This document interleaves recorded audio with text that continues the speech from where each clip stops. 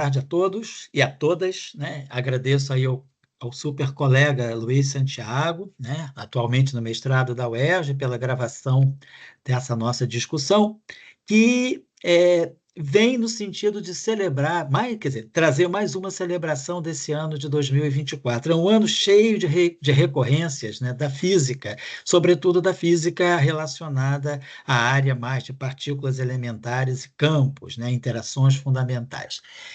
Então, o título daqui da nossa conversa é Supersimetria, Fato ou Fake. Esse título já foi usado em 2020, numa palestra que eu fiz, um seminário que eu fiz, né, naquela escola virtual de teoria quântica de campos, organizada pelos colegas da UF de Niterói, Rodrigo Sobreiro, Antônio Duarte, os colegas do grupo de teoria de campos da UF de Niterói.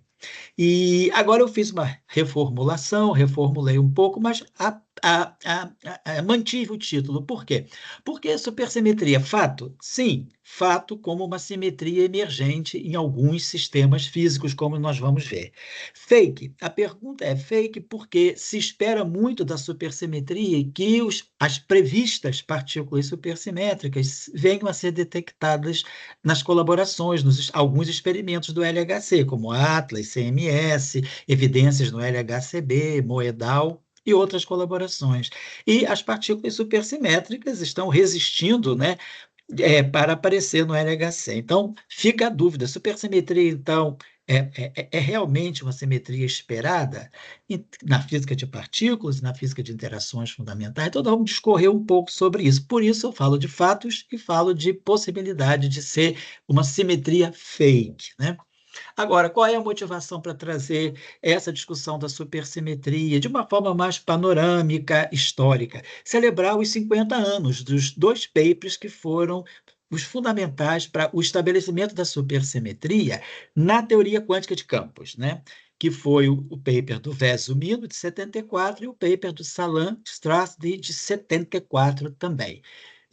São os dois papers fundamentais para o estabelecimento da supersimetria na teoria quântica de campos. Por que eu estou insistindo nisso? Porque 3 anos antes, em 1971, na ex-União Soviética, né, já havia alguns trabalhos publicados sobre a supersimetria, mas de um ponto de vista mais da álgebra estendida do grupo de Poincaré, não uma implementação em termos de teorias de campos, como campos de matéria em alta interação, ou teorias de Gate, né? Teorias sobre seja QED que as teorias de Yang e Mills. Então, os 50 anos celebram vamos dizer assim, a conexão entre supersimetria, teoria quântica de campos e física de partículas. Lembrando um pouco dos objetivos, né, das discussões, das conversas que nós temos aqui no Professor Global, eu gosto sempre de chamar a atenção, sobretudo para os estudantes de graduação, para os estudantes principiantes, dos contextos, né, em que as teorias que a gente discute foram elaboradas, foram desenvolvidas. E também gosto de chamar a atenção para as celebrações da física do ano em curso, nesse caso, o ano de 2024. Então, nós temos muito que celebrar com o centenário do princípio da dualidade onda-partícula, que foi o núcleo, né, foi o cerne da tese de doutorado de Louis de Broglie, em 1924, né, que era uma tese que foi muito decisiva também para o início da mecânica quântica a partir dos papers de 1925. Mas a tese de doutorado do Louis de Broglie, Ondas e Partículas, né, Onde et Particules, é de 1924. Centenário do nascimento de Paul Feyerabend, esse físico austríaco que também se tornou filósofo da ciência, historiador da ciência, e o Feyerabend também construiu uma grande reputação fazendo discussões filosóficas sobre os princípios da mecânica quântica. Então, vale a pena celebrar o seu centenário. Nós vamos estar celebrando no CBPF entre 5 e 7 de dezembro próximos, num workshop internacional em celebração ao centenário de Paul Feyerabend, que também trabalhou muito com a questão da metodologia científica e da educação. 70 anos do paper de Young Mills e da tese de Ronald Shaw, como nós já discutimos no evento que fizemos no dia 12 de julho passado, no CBPF. Tivemos um evento de toda uma manhã e uma tarde em que celebramos os 70 anos do paper de Young Mills e do resultado da tese do Ronald Shaw, que é a construção da teoria de Young Mills de forma independente, tudo acontecendo no ano de 1954. Aí a gente salta 10 anos e entramos no ciclo, né, de papers sobre o mecanismo de Higgs. Toda a discussão toda uma atividade muito intensa sobre a discussão da geração de massa nas teorias de Gauge, nas teorias de Young-Mills, que é o mecanismo esse que nós conhecemos como mecanismo de Higgs. São 60 anos. 1964 foi o ano crucial para o estabelecimento do mecanismo de Higgs. Depois, 60 anos também da proposta por Gell-Mann e Zweig, independentemente da existência de quarks, uma previsão com cerca de 6 anos de antecedência da existência de quarks no interior dos hadrons. Um resultado muito importante para a construção da teoria eletrofraca e para a construção do modelo padrão, que foi o resultado experimental, a descoberta da violação de CP, da simetria CP, nas interações fracas feitas, descoberta essa feita por Cronin e Fitch. Isso aconteceu em 1964 e é uma descoberta experimental, não é um trabalho teórico. Depois, 50 anos dos trabalhos de Polyakov e Toft sobre a presença de monopolos magnéticos nas teorias de Young-Mills. Um trabalho bastante importante, porque isso é 1974, teriam se passado, então, 43 anos do paper seminal de Dirac sobre os monopolos, né, abelianos, e aí Toft e Polyakov, independentemente também, introduzem a discussão dos monopolos magnéticos que estão presentes em teorias de Young-Mills quando há quebra espontânea da simetria. Também importante, tudo isso, a supersimetria está nascendo nesse emaranhado de fatos fundamentais para a física de partículas e de campos. 50 anos da descoberta do Sharp, que é conhecida tradicionalmente na física atual como a Revolução de Novembro de 74. A descoberta do quarto sabor de quark, né? O quark com charme, no SLAC e no Brookhaven National Laboratory.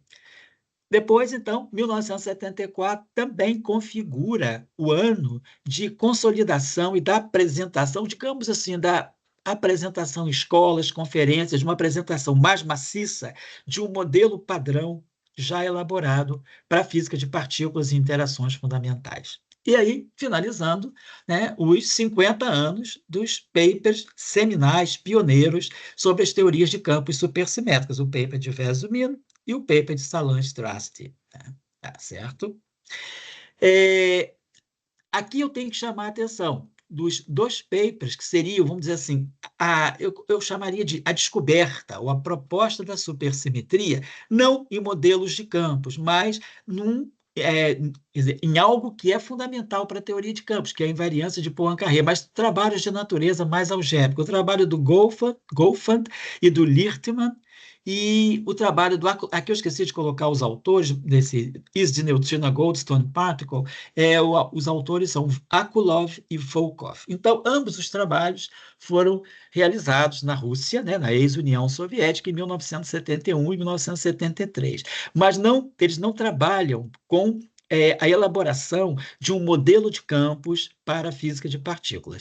No caso da extensão da álgebra de Poincare, dos geradores da álgebra de Poincare, da violação da simetria P, esse foi um trabalho ligado a uma extensão introduzindo geradores fermiônicos, que é o que a supersimetria faz, na álgebra de Poincare. Mas os autores não concluem com nenhuma apresentação de um modelo de campos envolvendo esses geradores fermiônicos. E o trabalho também da possibilidade do neutrino ser uma partícula de Goldstone é um trabalho bastante fenomenológico e, inclusive, usando resultados do trabalho anterior de Goldfand e Lichtman, que é esse trabalho aqui de 71. Então, é o trabalho de Akulov e Volkov de 73, e ele tem todo um contexto para ser introduzido. Por quê? No modelo padrão, que se estava estabelecendo, né, nós estamos em 73, o neutrino é tratado como uma partícula sem massa. Só que o neutrino é uma partícula de spin meio. Então, a pergunta é, da mesma forma que o mecanismo de Higgs, né, já desenvolvido no final dos anos 50 e mais fortemente em 1964, o mecanismo de Higgs envolve uma partícula de Goldstone que é absorvida pelos campos de Gauge que ganham massa na quebra espontânea de simetria. Mas essa partícula é um bóson de Goldstone. Então, o que seria o bóson de Goldstone na versão global da simetria, com a quebra espontânea da simetria local, esse bóson de Goldstone desaparece e ele é absorvido pelo campo de Gauge que recebe o grau de liberdade longitudinal através da massa que é incorporada pela absorção do bóson de Goldstone. Então, o bóson de Goldstone, numa teoria tradicional, simetria, uma teoria de campos, com uma simetria contínua e global, o bóson de Goldstone é uma partícula bosônica de spin zero. Agora, se a gente tem um neutrino de massa zero, será que o neutrino seria uma versão fermiônica do bóson de Goldstone? Então, esse trabalho de Akolov e Volkov, ele tem a ver com todo o contexto da época, que é um neutrino sem massa no modelo padrão, e a existência dessa partícula sem massa de spin meio, que poderia ser uma versão fermiônica do bóson de Goldstone. Então, ou seja, um parceiro, né, fermiônico do bóson de Goldstone, ambos de massa zero. E quando a gente tem partículas degeneradas, partículas elementares de mesma massa, tudo indica que há uma simetria por trás disso, né? Degenerescência em massa está muito ligada à existência de uma simetria exata. Então, será que o fato do neutrino ter massa e existirem bósons de Goldstone sem massa, né? Será que isso poderia ser um reflexo de alguma simetria mais fundamental que misturasse bósons e férmions com massa zero? Pergunta. Vamos passando aqui. Então, finalmente, 74 é quando a gente marca, né? Então, os dois papers seminais, o trabalho do Vess e do Zumino, Supergauge Transformations in Four Dimensions, que é quando eles apresentam também não só a simetria, né? A supersimetria como digamos, uma estrutura algébrica onde aparecem geradores fermiônicos, mas também eles elaboram já um modelo escalar, um modelo em que tem campos escalares e campos fermiônicos em interação e em autointeração, ou seja, uma versão estendida das interações renormalizáveis de matéria em 4 dimensões, ou seja, seria um modelo supersimétrico incorporando a interação Φ4 escalar e a interação de Yukawa, férmion escalar, ou pseudo-escalar. Então, esse é o primeiro trabalho com simetria, né? Quer dizer, com essa supersimetria em teoria de campos. E o trabalho é contemporâneo de Salam e de Strass de Supergauge Transformations, que é quando eles introduzem, então, uma versão mais sistemática da supersimetria trabalhada por Versumino. Mais tarde, a gente vai ver que esse trabalho de Versumino e o trabalho do Salam Strass são muito importantes para a gente poder, digamos, se posicionar frente ao fato ou ao fake da supersimetria. Se posicionar de uma forma mais teórica, mas de uma forma consistente. Então, então aqui a gente estaria, vamos dizer, a gente poderia dizer que a gente estaria celebrando os 50 anos desses dois trabalhos que marcam a introdução da supersimetria na teoria de campos e no Ocidente. Aqui, o trabalho também muito importante do Salam e do Strasdy, que é representações unitárias das simetrias de Supergauge. Vocês estão observando que ainda se fala de Supergauge, ainda não se fala de supersimetria. A terminologia supersimetria, ela vem um pouquinho depois, à medida que esse assunto, o tópico, vai ganhando mais popularização entre os campistas e entre os particulistas, né? Então, representações unitárias das simetrias ou seja, das simetrias de Supergauge, ou seja, representações unitárias da supersimetria, ou seja, uma versão em supersimetria do famoso paper de Wigner, né, de 1939, sobre as representações unitárias do grupo de Poincaré.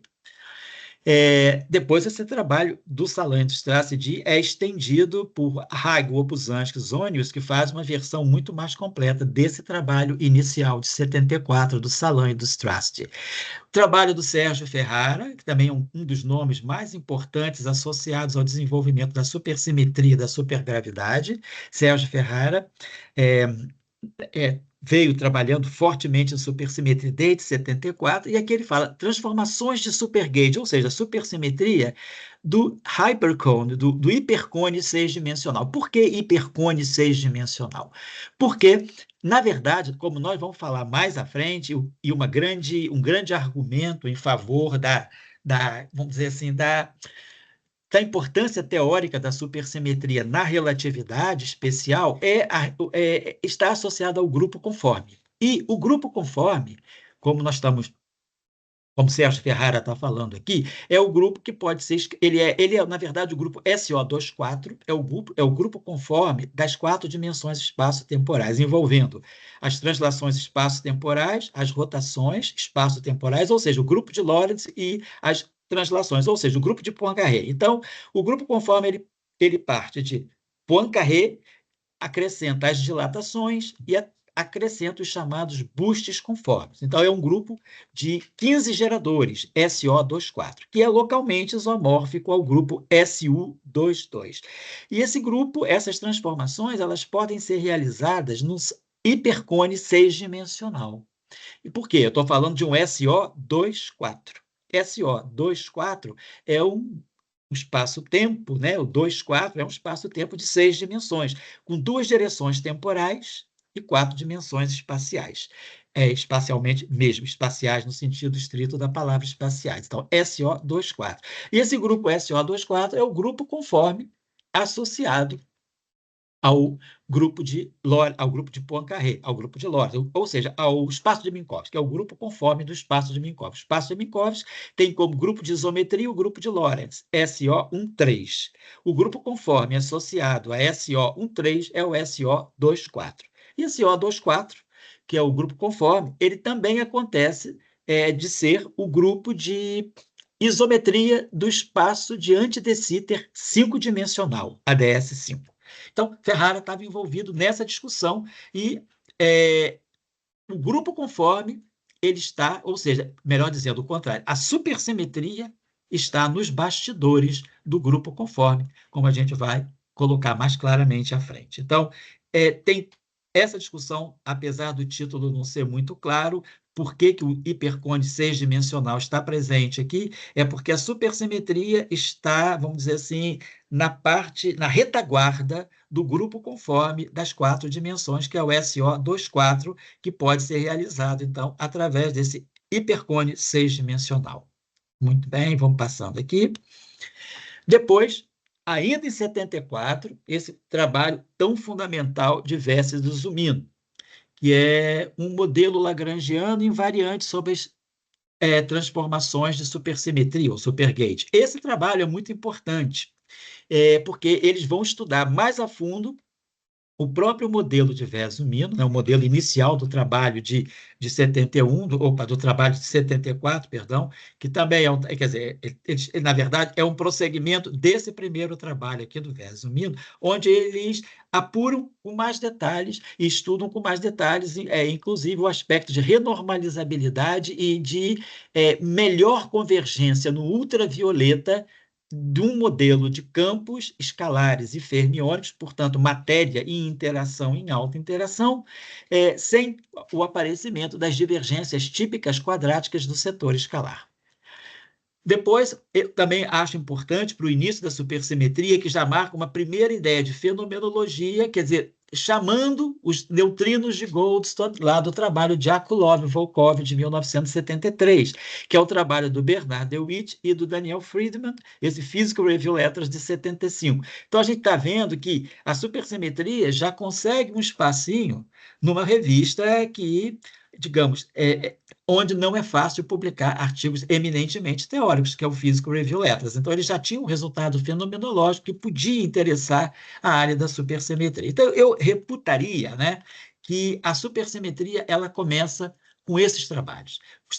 Os 2 trabalhos russos, e os trabalhos de Veso Mino, Salan Strasdi, Ferrara e esse trabalho do DeWitt e do Friedman. Então, isso nós estamos, então, falando desses 50 anos dessa atividade, dessa nova percepção de uma simetria mais estendida que pode ser aplicada à física de partículas e é realizada, materializada em termos de ações lagrangianas para campos, né? Bom, aonde é que a gente vai pensar na supersimetria? Então, quando a gente tem uma simetria, a gente sempre pensa que essa simetria ela está localizada, ela pode ser encontrada numa certa escala de energia.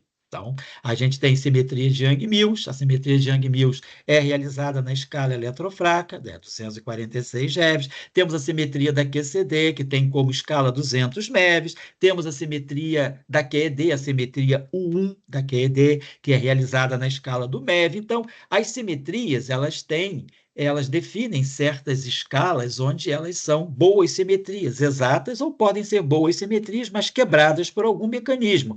Mecanismo de quebra espontânea, mecanismo de quebra dinâmica. Então, e a SUSY? Onde é que nós vamos buscar a supersimetria? Será que a supersimetria se localiza ou se restringe somente às partículas elementares? Será que é uma simetria que vai operar a altíssimas energias ou a gente pode ter também evidências, algum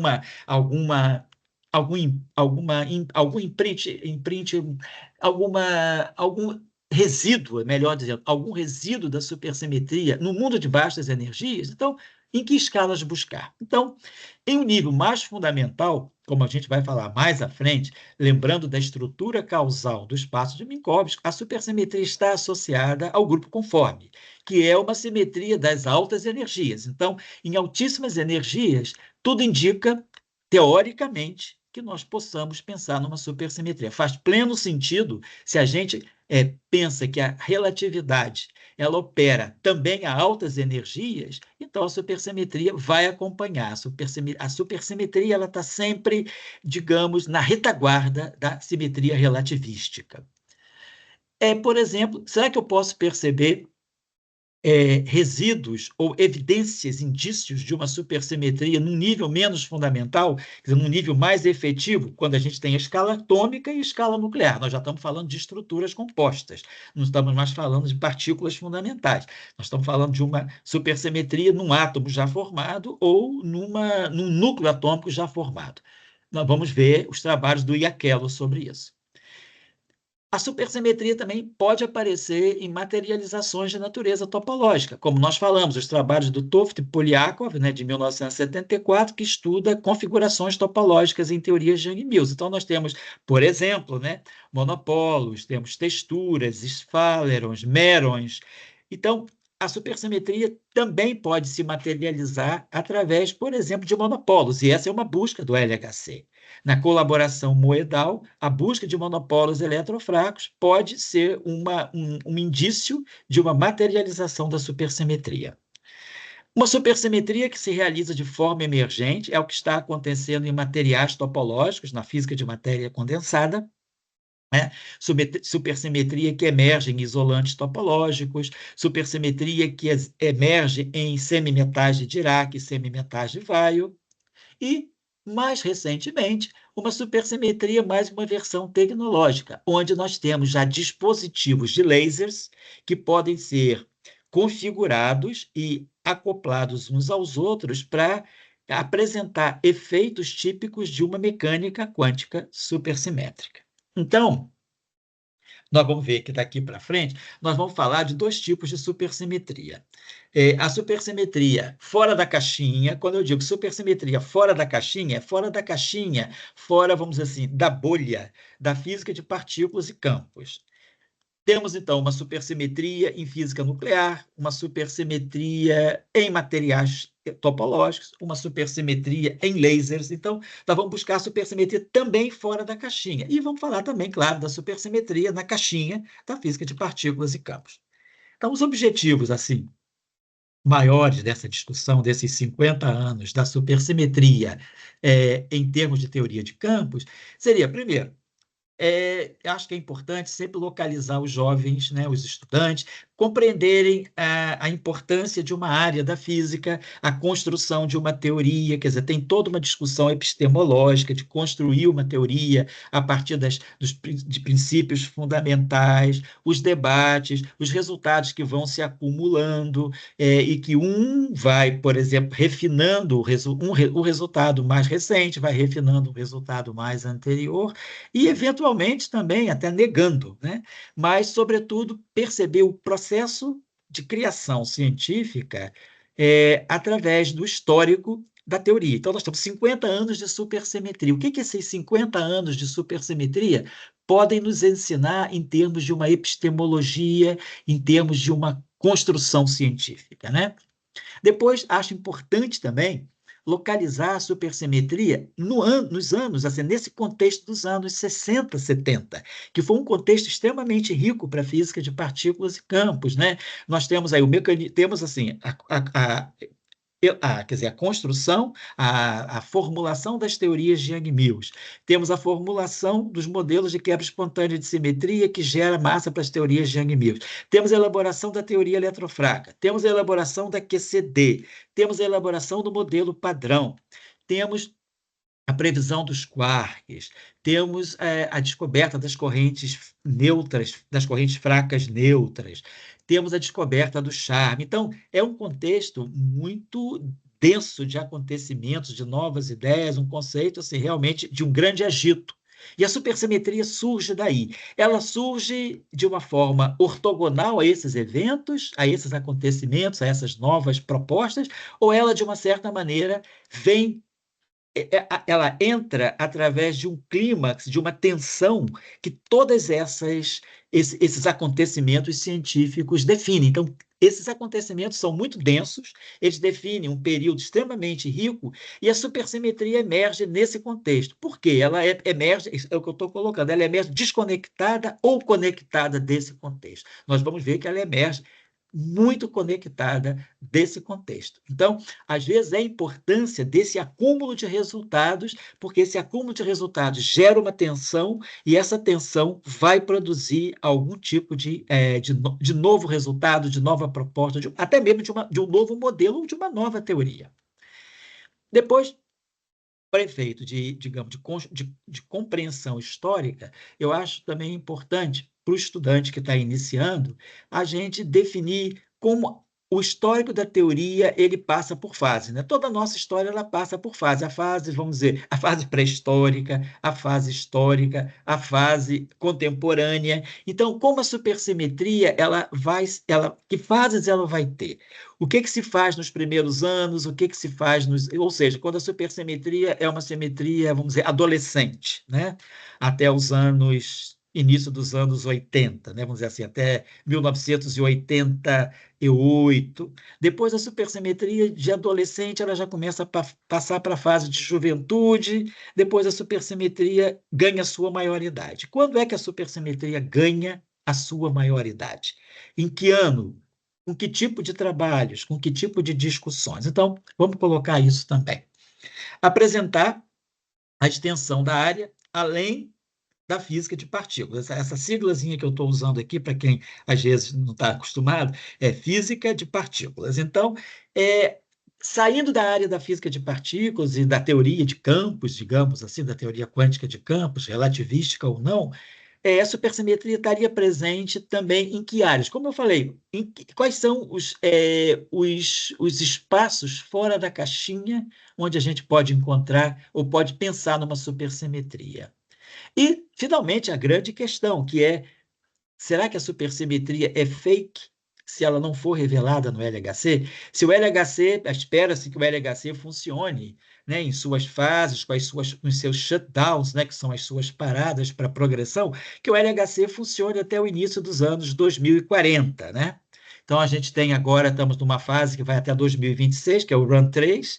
O Run 3 deve ir até 2026, depois vamos ter uma longa parada, retomamos e o LHC vai estar operando até o início dos anos 2040. Se até lá a supersimetria não aparecer sob a forma de novas partículas, né, previstas pelo MSSM, como nós vamos falar, será que A supersimetria, então, morreu? É o fim da supersimetria? Então, nós estamos falando de escalas e de sistemas onde a supersimetria também pode aparecer. Ou seja, ela foi inicialmente concebida para uma aplicação imediata em física de partículas. Mas se ela não opera na física de partículas, será que ela opera em outras físicas? Então, vamos discutir um pouco isso, porque às vezes fica muito, né, sobretudo para o estudante que ainda não está muito acostumado a seguir o fluxo de papers, seguir os arquivos, ouve falar aqui e ali, não descobriu partícula supersimétrica, então a supersimetria morreu. A gente vê até físicos mais experientes também falando, né? É a morte da supersimetria, a supersimetria morreu. Supersimetria não é só o MSSM. Tá? Vamos deixar isso bem claro mais à frente. Provavelmente eu vou ter que dividir essa nossa apresentação de hoje em duas, porque ela pode ficar muito longa e cansativa. Então, a gente tenta fazer cerca de 1 hora hoje, 1 hora e pouca hoje, 1 hora e 15, 1 hora e 10, e mais 1 hora e 10, 1 hora e 15 da próxima vez, porque eu acho importante a gente discutir essa questão, né? É a não descoberta das partículas previstas pelo MSSM seria o fim da supersimetria? Então, o MSSM é uma forma muito particular de implementação de quebra da simetria, da supersimetria, e de comunicação da supersimetria do setor de altas energias com o setor das energias, vamos dizer, dos aceleradores, na energia do TeV, que é a escala de energia em que funciona o LHC. Então, se a supersimetria não aparece no LHC, é o fim? É o fim da SUSE? Vamos discutir isso, tá? Estou deixando a pergunta no ar. Aqui, como eu tinha falado, então, se a gente quiser compreender com mais sistematização as etapas, né, de evolução da supersimetria desde 1971, aí eu estou voltando já no paper dos russos, não quero excluir, né, os trabalhos da ex-União Soviética, os trabalhos dos russos, porque eles foram fundamentais, foram trabalhos muito precursores, né? Certamente, a ideia de Goffman e de Lichtman, e também a ideia do Akulov e Volkov, de introduzir uma possível extensão do grupo de Poincaré com geradores fermiônicos, ela não é uma ideia que ficou assim desacoplada da comunidade. A comunidade percebeu que alguma coisa poderia sair daí, e por isso, inclusive, o Vess e o Zumino, eles perseguem a ideia de trazer a supersimetria em conexão com o grupo conforme. Por quê? Porque já havia essa discussão de geradores fermiônicos estendendo a simetria de Poincaré. Então, eu acho importante não falar só dos 50 anos da supersimetria no Ocidente, mas falar dos 53 anos da simetria a partir da Rússia. De Zyberg-Witten, então essa é a primeira fase, 1971, 1994. Estamos falando aí de 23 anos, né? Então, é uma supersimetria entrando na fase adulta, né? 23 anos, né? A fase adolescente, ela vai até mais ou menos, vamos dizer assim, 1985. 14 anos, que é quando tem a primeira revolução das teorias de cordas, em 1984. Setembro de 84, acontece a primeira explosão das cordas, a supersimetria está com 13 anos, e a supersimetria é elemento constitutivo fundamental para as supercordas. Então, temos a adolescência da supersimetria, depois temos o período que se estende um pouco até 94, e aí nós temos a supersimetria na fase adulta. Na fase adulta, 1995, 1912, então, 2012, perdão. 1995, então, é o ano do paper de Zyberg-Witten, que marca uma supersimetria mais adulta, uma supersimetria com raízes mais topológicas e com uma, digamos, compreensão matemática muito mais refinada. Então, é o 1995. E vai até 2012 com a descoberta do Higgs. Quer dizer, o LHC, o Higgs não foi descoberto no LEP, né? O LEP seria o papai do LHC. O LEP operou até de 89 a 2001, por 12 anos, tentava buscar, sobretudo, o bóson de Higgs, né?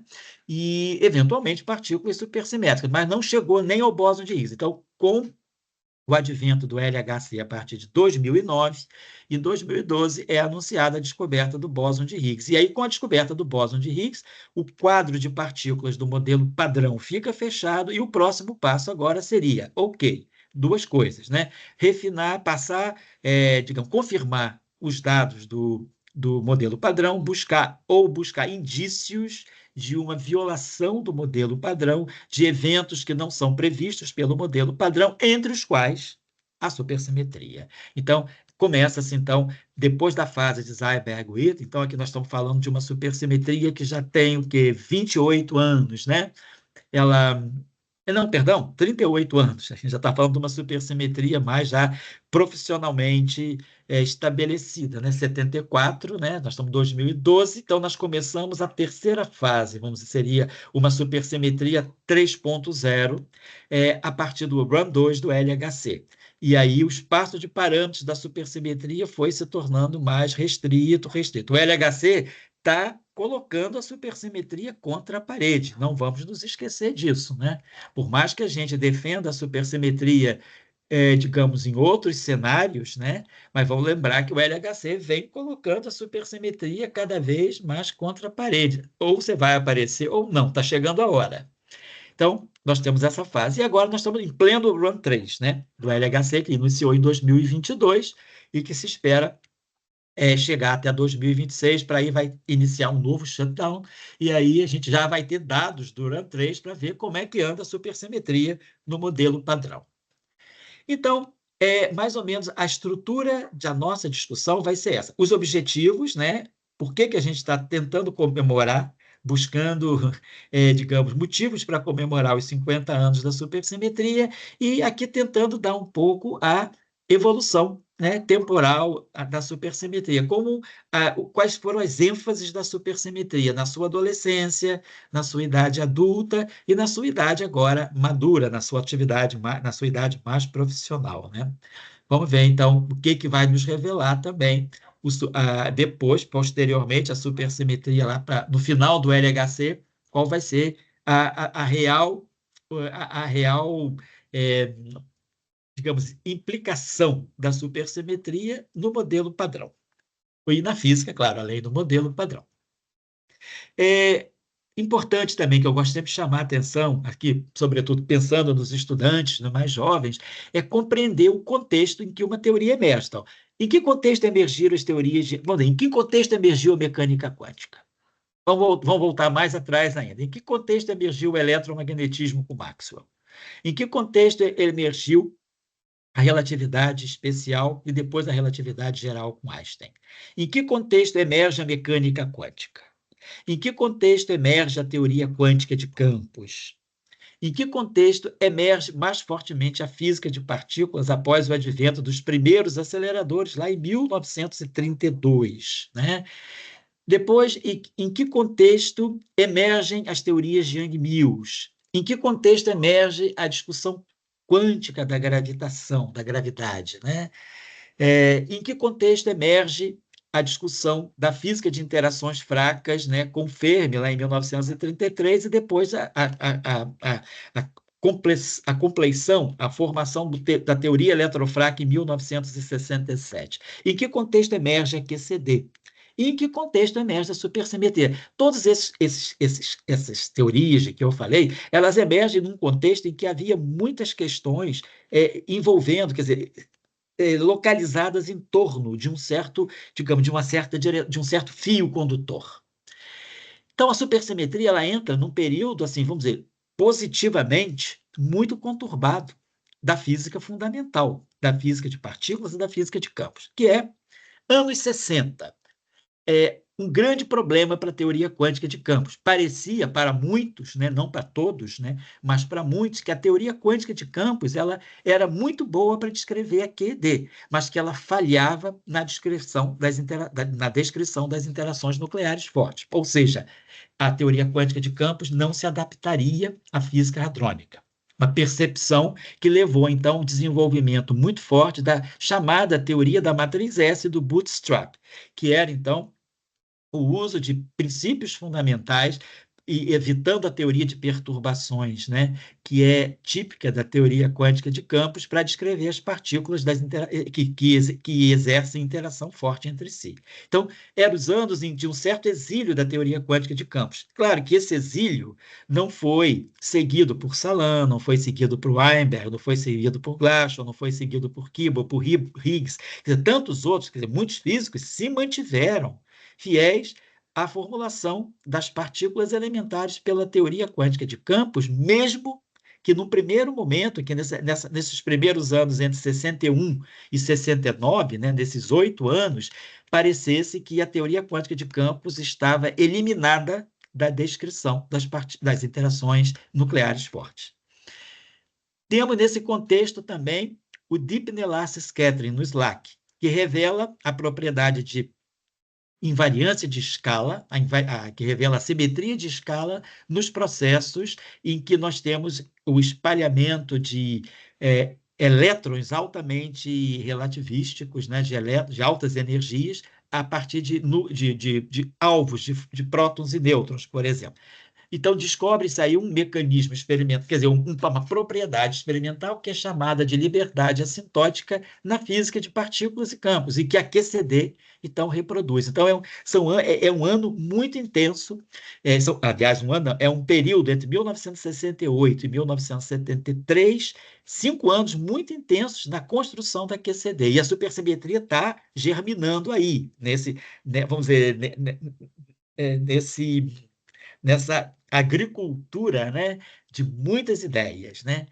Intensa atividade em torno da simetria conforme, como nós vamos falar praticamente no outro encontro, né? Porque esse encontro eu já vi que não vai dar. Então, vamos falar especialmente da simetria conforme e o quanto se discutiu de simetria conforme entre 1969, por causa de quê? Por causa da liberdade assintótica e da propriedade de simetria de escala nos experimentos chamados espalhamento inelástico profundo, né? Realizados no SLAC. Então, a simetria conforme ganha um espaço imenso, muitos artigos, livros, e a supersimetria ela está lá nos bastidores da simetria conforme, como vai ficar revelado depois.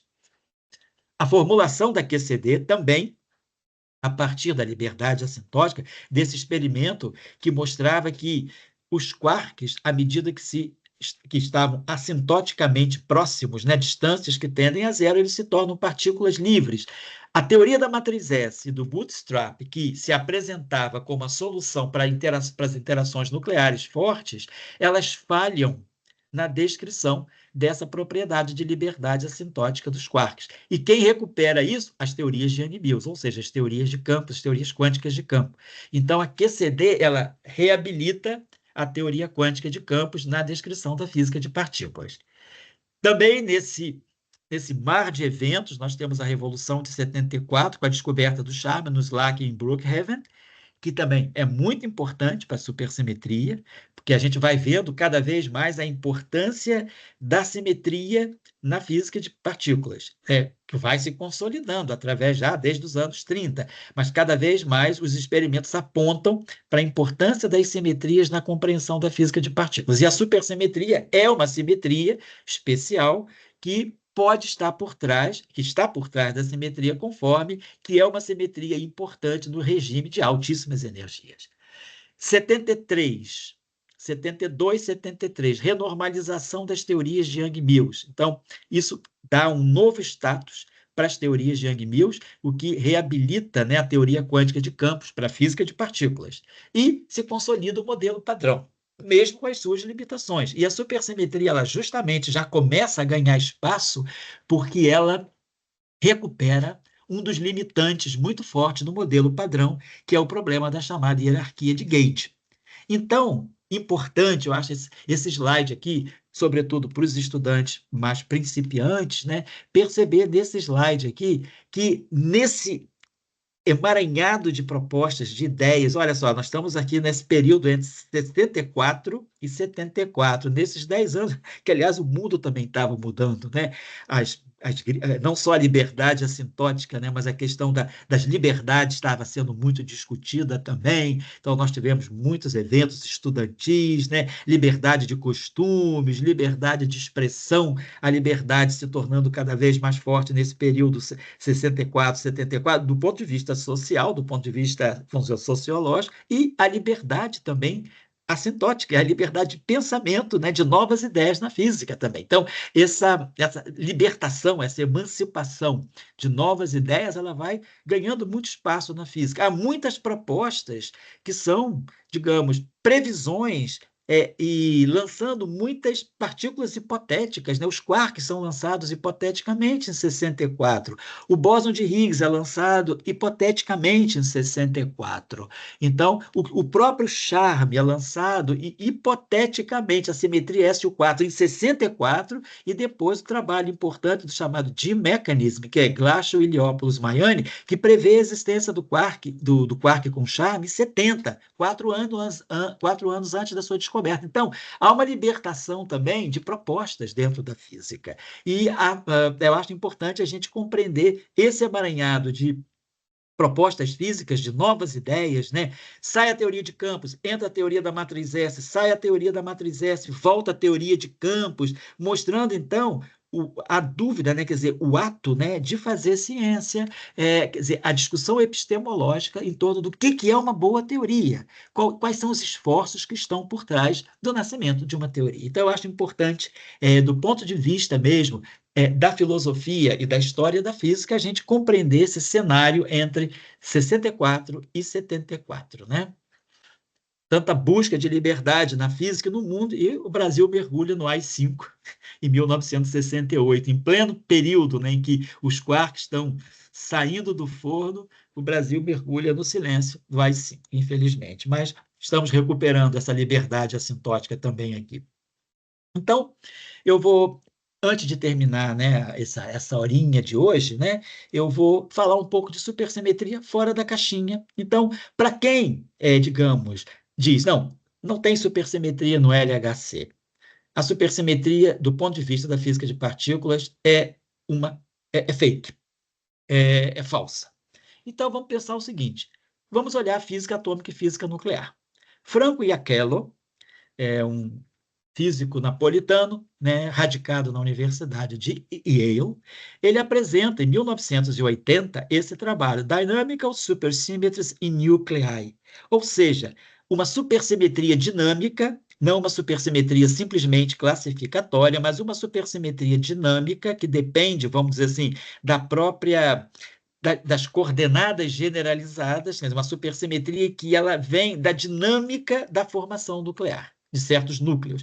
Então, Franco Iackello apresenta esse trabalho em 1980. Eu me lembro que nessa época eu estava fazendo doutorado lá em Trieste, e o professor Salan convidou o Iackello em 81. O professor Franco Iackello visitou o ICTP e a CISA e nos fez 2 seminários sobre essa proposta, quer dizer, essa descrição que ele via, essa descoberta, né? Não digo descoberta, essa revelação que ele fazia de que havia uma supersimetria dinâmica por trás de uma certa categoria de núcleos. Então, ele depois escreve em 85, esse Física D15, quer dizer, pessoas interessadas em física nuclear podem ler esse trabalho interessantíssimo do Franco Iackello, que é Supersimetria na Física Nuclear. Então, eu estou tirando da caixinha da física de partículas, porque nós estamos falando de uma física já composta, de uma física efetiva, né? De uma física agregada de prótons e nêutrons, que é e mesons pi, e partículas subnucleares que estão presentes nesse núcleo atômico. Então, é uma supersimetria fora da caixinha. Então, não tem supersimetria no LHC? Mas vamos pensar na supersimetria, por exemplo, que explica a organização de uma certa categoria de núcleos atômicos, são chamados núcleos espelho. Depois, os trabalhos, né, do Yoshiro Nambu, que foi Prêmio Nobel de Física de 2008, junto com o Kobayashi Maskawa, e o Nambu fez uma série de trabalhos muito interessantes, tentando, né, buscando uma relação entre supersimetria, ou seja, relações fermion-bóson, em teorias do tipo BCS, né? Bardeen, Cooper, Schrieffer, que são as teorias para descrever a supercondutividade de uma forma mais microscópica. E depois esse trabalho aqui do Nambu, publicado nos Proceedings da Universidade de Chicago, Supersimetria e Supercondutividade. Então, Nambu, um nome muito importante na física de partículas, que ele foi fundamental para, digamos assim, para transcrição do mecanismo de Higgs, da física de matéria condensada, né, e da física de supercondutores para a teoria de campos, né? Então, Nambu faz essa transição inicialmente sozinho, depois com seu colaborador Giovanni Iona Lasinho, e Nambu e Iona Lasinho trazem, então, a discussão da quebra espontânea de simetria para a física de partículas. Então, Nambu é uma pessoa que estava muito interessado em compreender as simetrias fundamentais da física de partículas. E ele vai, então, em busca, né, na supersimetria, né, de uma, digamos assim, quer dizer, ele percebe isso mais claramente em 85, que poderia estabelecer uma relação entre supersimetria e física de supercondutores. Isso em 1985. Por que 1985? Será por que Nambu esperou desde 58 até 1955? Ele começa a trabalhar com questões de quebra espontânea de simetria em materiais, isso em 1958. Mas em 1985, já com uma supersimetria adolescente, uma supersimetria saindo da infância, com seus 11 aninhos, né, a partir de 74, ou com seus 14 aninhos, a partir de 71,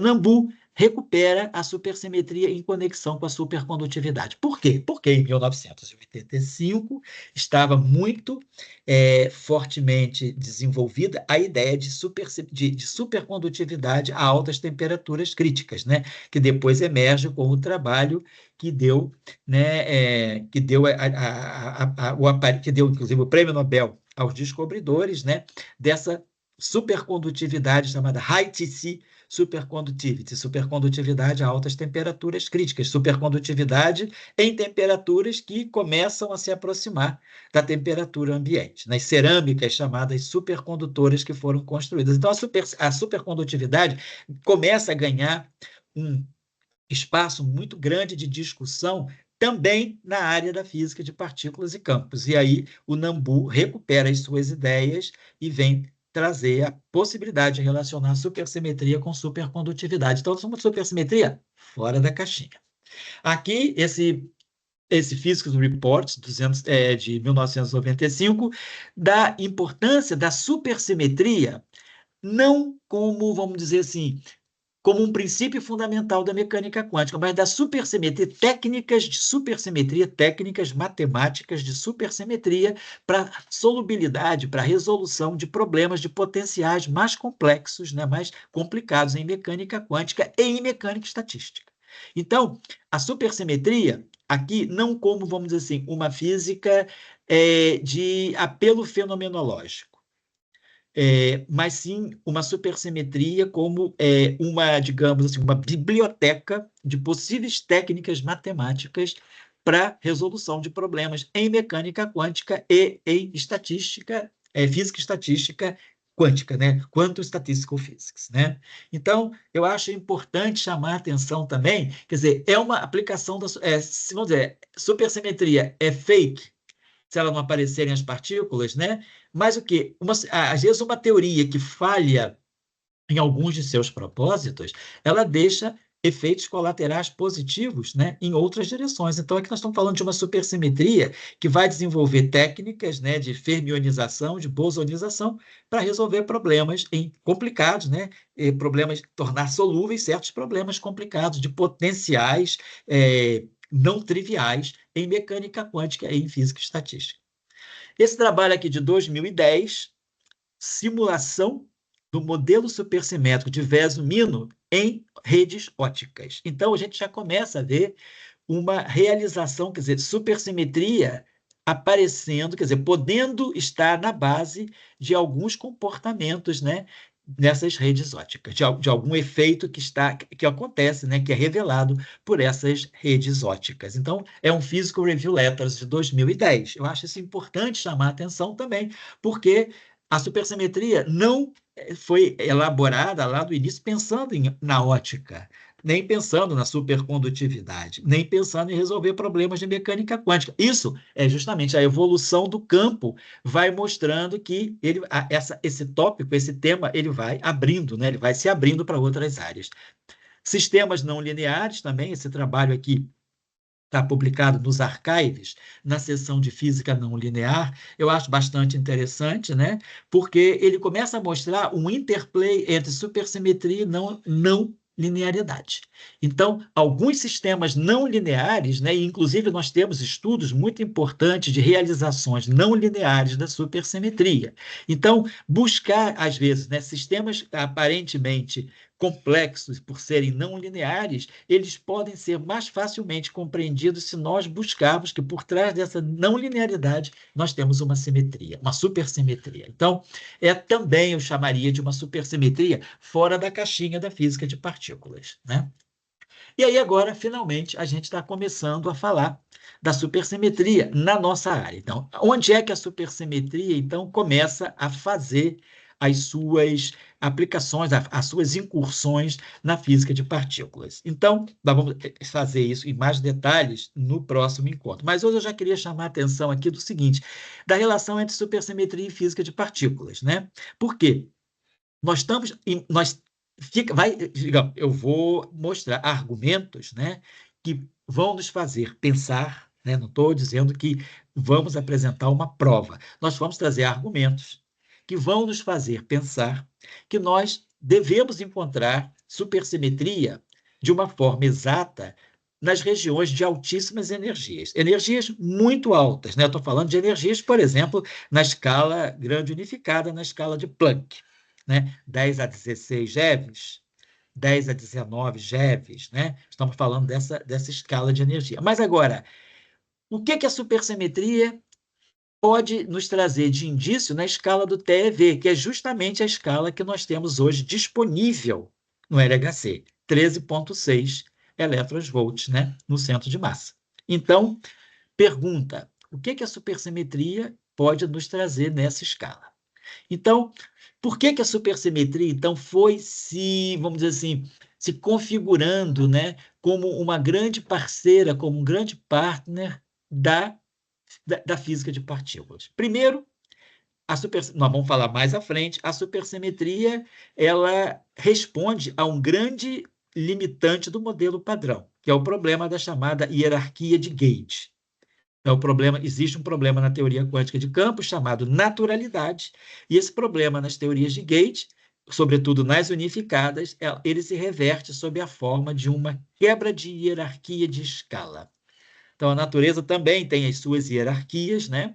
E as hierarquias são escala grande unificada, 10 a 16 GeVs, escala eletrofraca, 10 a 2 GeVs, escala forte, 10 a 2 MeVs e escala eletromagnética 1 MeV. Então, nós temos uma série de escalas onde a gente vai colocando nessas escalas certas físicas.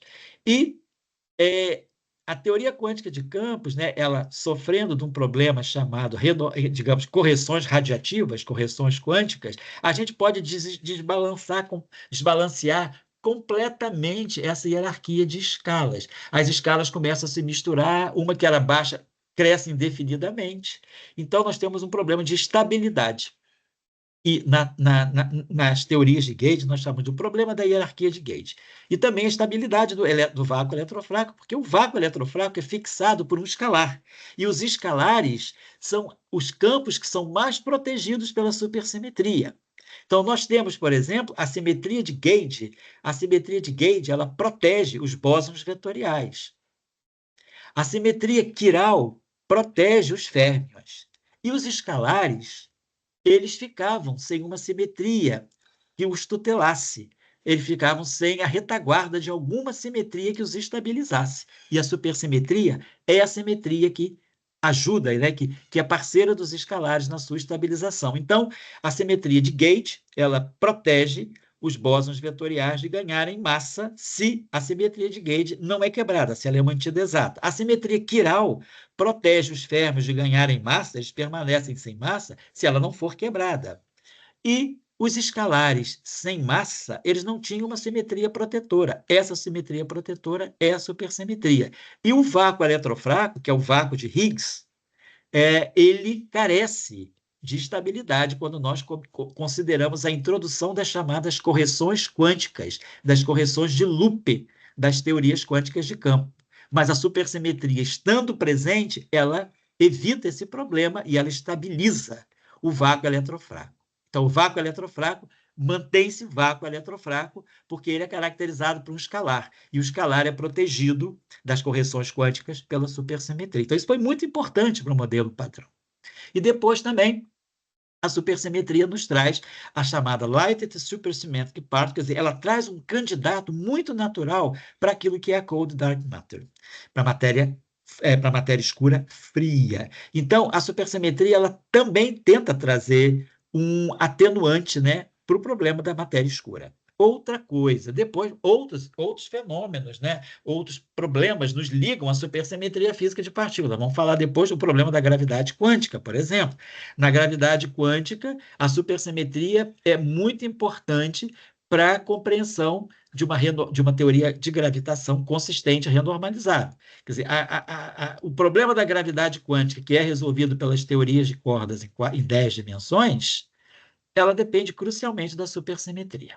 Então, vamos falar depois da supergravidade, né, que é um elemento a mais na supersimetria, é uma extensão da supersimetria para a gravitação, e que a supersimetria foi muito importante para resolver, quer dizer, resolver não, mas para diminuir as divergências ultravioleta e tentar, talvez, ela chegou a dar uma esperança de que a supergravidade seria uma gravidade quântica renormalizável, o que não aconteceu.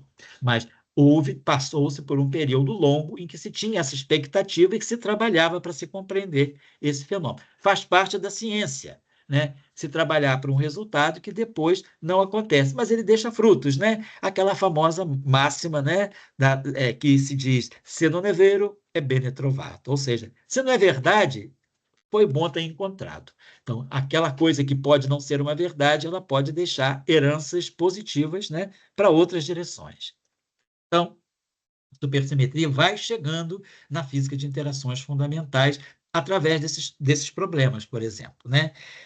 O modelo vigente mais popular da supersimetria, a supersimetria que está sendo buscada no LHC, através dos chamados neutralinos, charginos, né? Quarks escalares, leptons escalares, todo esse zoológico de novas partículas previstas pela supersimetria, eles se enquadram nesse chamado MSSM, que é o Minimal Supersymmetric Standard Model. Esse é o modelo, não é a supersimetria, esse é o modelo de quebra de supersimetria que está sendo buscado, analisado, escrutinado no LHC em suas colaborações. Então, o que o LHC está buscando é um particular mecanismo de implementação da supersimetria a baixas energias. Então, já vou adiantando aqui o meu ponto de vista, que é, se as partículas supersimétricas e as previsões do MSSM não forem descobertas no LHC, a pergunta é o fim da supersimetria ou é o fim do MSSM? Então, não vamos confundir a supersimetria com um particular modelo de quebra de supersimetria. Porque o importante de uma simetria não é nem sempre as simetrias são exatas, né? A maioria das simetrias é quebrada. Quando uma simetria é quebrada, nós temos que ver qual é o melhor mecanismo de violação dessa simetria. E a partir da violação da simetria, a gente tenta calcular os efeitos da violação da simetria em termos de um ferramental que a própria simetria oferece. É como se a simetria oferecesse o seu próprio antídoto para a sua violação. Isso é o que acontece também no caso da supersimetria. Nós estamos buscando um mecanismo especial de quebrar a supersimetria, que ela pode ser uma simetria muito boa no mundo das altas energias, mas ser uma simetria não presente no mundo das baixas energias. Então, o que nós queremos fazer? Comunicar a supersimetria lá onde, né, do setor de altas energias, onde ela é válida, faz-se a quebra da supersimetria, e o que nós vamos receber aqui no nosso mundo de baixas energias são os estilhaços dessa supersimetria. Então, nós não vamos ver, é como se a gente tivesse um belo, vamos dizer, um belo cristal, né, uma bela cerâmica, chinesa, de uma porcelana chinesa muito refinada, que está lá em cima, na última prateleira. Ela cai e se quebra no chão. E nós vamos tentar reconstituir essa bela cerâmica a partir dos estilhaços que nós encontrarmos, dos estilhaços, dos caquinhos que nós encontrarmos no chão. Então, é isso que o LHC está procurando. Possíveis estilhaços de alguma coisa muito mais completa e estética que aparece no mundo das altas energias. Agora, eu estou fazendo uma busca por um certo método, né? Então, eu estou usando uma metodologia de conectar a cerâmica belíssima da última estante, né, do móvel com os estilhaços que eu encontrar no chão. Então, eu vou seguir um caminho. Esse caminho pode não ser o verdadeiro. Esse caminho é o MSSM, que aparece em diversas versões. Aí a gente já vê que tem muitos mecanismos dentro do próprio MSSM, que é o chamado Minimal Sugra, que é o Gauge Mediated, né? Então, Gauge Mediated, é por isso que tem esse G aqui, Gauge Mediated, Standard Mode. Anomaly Mediated, então tem a mediação pelo setor de gauge, a mediação da quebra, pela anomalia, e tem o chamado também PMSSM, que é Phenomenological Minimal Supersymmetric Standard Mode. Então, nós temos aí 4 versões do MSSM, e essas versões são muito distintas entre si. O Minimal Sugra apresenta 5 parâmetros. O Phenomenological, o PMSSM, apresenta 19 parâmetros. O MSSM em si, se a gente deixar ele completamente não restrito, ele completamente livre, ele tem 104 parâmetros, ou 105 parâmetros. Mas se a gente começa a colocar restrições dentro do MSM, aí a gente vai ter o MSUGRA, o GMSM, o AMSM, o PSMSSM, né? Essa briga de partidos políticos dentro do MSSM, né? Ela vai ser muito distinta uma das outras pelo número de parâmetros, por exemplo, pelo número de inputs. Então, a gente está vendo que já existe uma certa, eu não vou dizer a palavra ambiguidade, mas já existe uma certa, vamos dizer a palavra ambiguidade, não, assim, uma certa, vamos falar a verdade, confusão. Já existe uma certa confusão dentro do próprio MSSM, né? Então, ele se apresenta em várias versões, e será que alguma delas pode se configurar de acordo com os resultados do LHC? Então, o que eu queria deixar claro é que o LHC ele não está buscando supersimetria na sua essência. A supersimetria pode ser buscada de muitas formas. Em aceleradores, por exemplo, o que está sendo testado, o que há de melhor para ser testado nos aceleradores é o MSSM. Se os neutralinos, os charginos, os quarks escalares, os leptons escalares não aparecerem, isso pode estar indicando a perda do MSSM. Mas eu não diria a perda da supersimetria, porque nós vamos ainda motivar melhor, né, por que a supersimetria parece ser tão importante no mundo das altas energias. Isso está muito ligado à retaguarda da relatividade especial.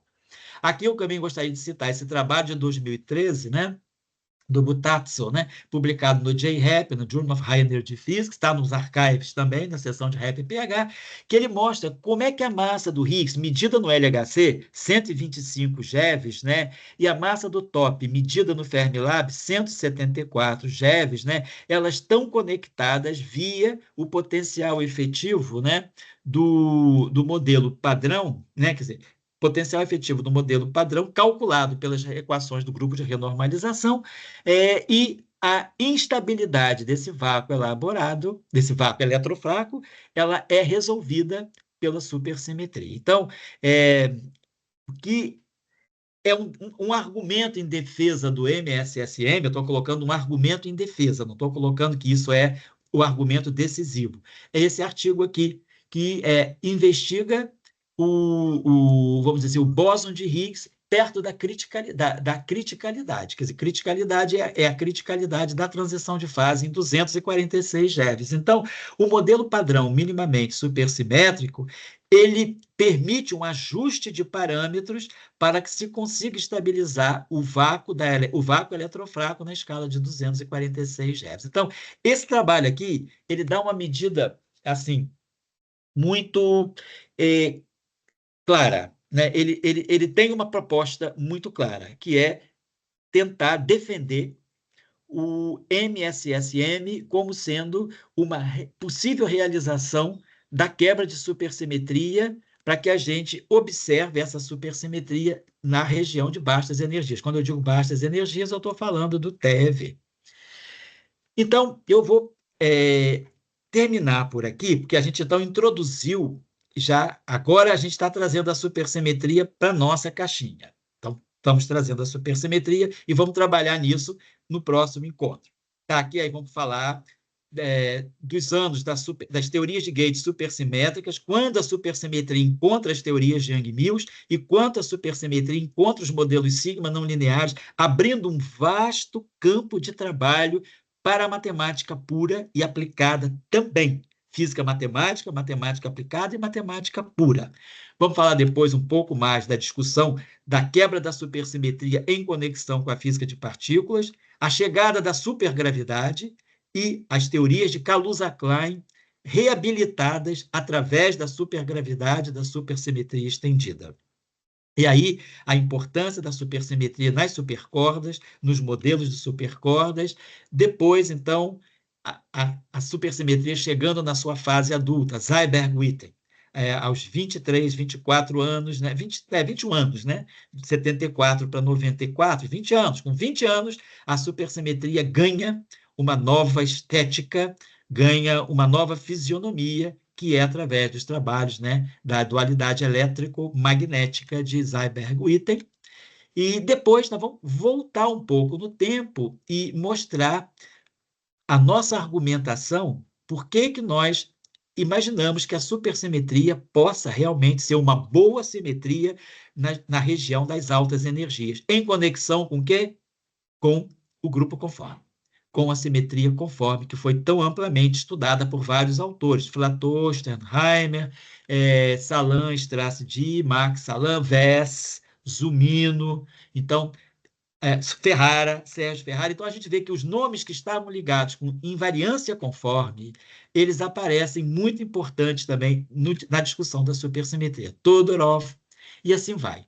Então, aqui vai ser, esse slide aqui vai ser o slide que a gente pode usar como uma forma de, vamos dizer assim, de defesa da supersimetria como sendo realmente uma simetria boa, esperada na física, porque ela está ligada à relatividade especial, está ligada ao grupo conforme na região de altas energias. E depois vamos falar, né, desse contexto mais imediatamente ligado ao nascimento da supersimetria, que é o estabelecimento, a formulação, né, das teorias de Yang-Mills finitas, das super Yang-Mills finitas, que deu à supersimetria uma, digamos assim, um status, né, daquilo que Dirac sempre advogava. Dirac sempre disse que uma boa teoria de campos ela deve ser finita no cálculo de todos os processos, ou seja, uma teoria de campos que não peça renormalização. Dirac sempre foi uma pessoa que argumentou dizendo que a renormalização é uma quebra de estética, né, do pensamento da física teórica. Então, ele queria uma teoria que fosse altamente organizada. E quanto mais simetrias uma teoria tem, mais organizada ela é. Sendo bastante organizada, ela começa a reduzir a possibilidade de divergências ultravioleta. Quanto mais simétrica é a teoria, menos divergente ela tende a ser, porque as simetrias vão matando os possíveis contratempos que viriam da renormalização. Agora, o risco que se tem é de que, se restringindo demais uma teoria com tantas simetrias, ela acabe sendo trivial. Ou seja, você quer, assim, cercar sua simetria tanto, que ela acaba sendo trivial, ou seja, não interagente, ou seja, ela é tão cercada, tão defendida, tão amparada, que ela acaba sendo uma teoria livre. Então, isso é um perigo também, que a gente vai poder falar sobre isso, então, no próximo encontro. Então, hoje eu termino aqui essa primeira chamada para a gente celebrar os 50 anos da supersimetria através dos papers de Vesumino e Salan Strassi, e com o nosso grande parceiro Luiz Santiago, né, que também está estudando supersimetria, está na UERJ fazendo o seu mestrado, entrando na supersimetria. Nós vamos vamos fazer a sessão 2. Eu já começo a ver, pelo tempo que eu levei hoje, né, eu estou realmente talvez num terço daquilo que eu preparei. Eu acredito que a gente talvez vá precisar da paciência do Santiago para mais 2 encontros, mas eventualmente eu vou tentar até ver se faço em um único encontro. Mas como a gente está se dirigindo a um público mais iniciante, mais principiante, certas coisas a gente tem que falar com mais pausa, tem que ser mais enfático, às vezes mais repetitivo, e aí isso toma tempo. Então, a gente vai ficar. A minha ideia, que era fazer uma conversa, uma fala única, talvez eu estou vendo agora na prática que essa fala talvez vá ser decomposta em 3 falas que a gente vai fazer sequencialmente. Então, muito obrigado por hoje, Santiago, e muito obrigado a todos, né, pela audiência de hoje. Um abração e até o próximo encontro.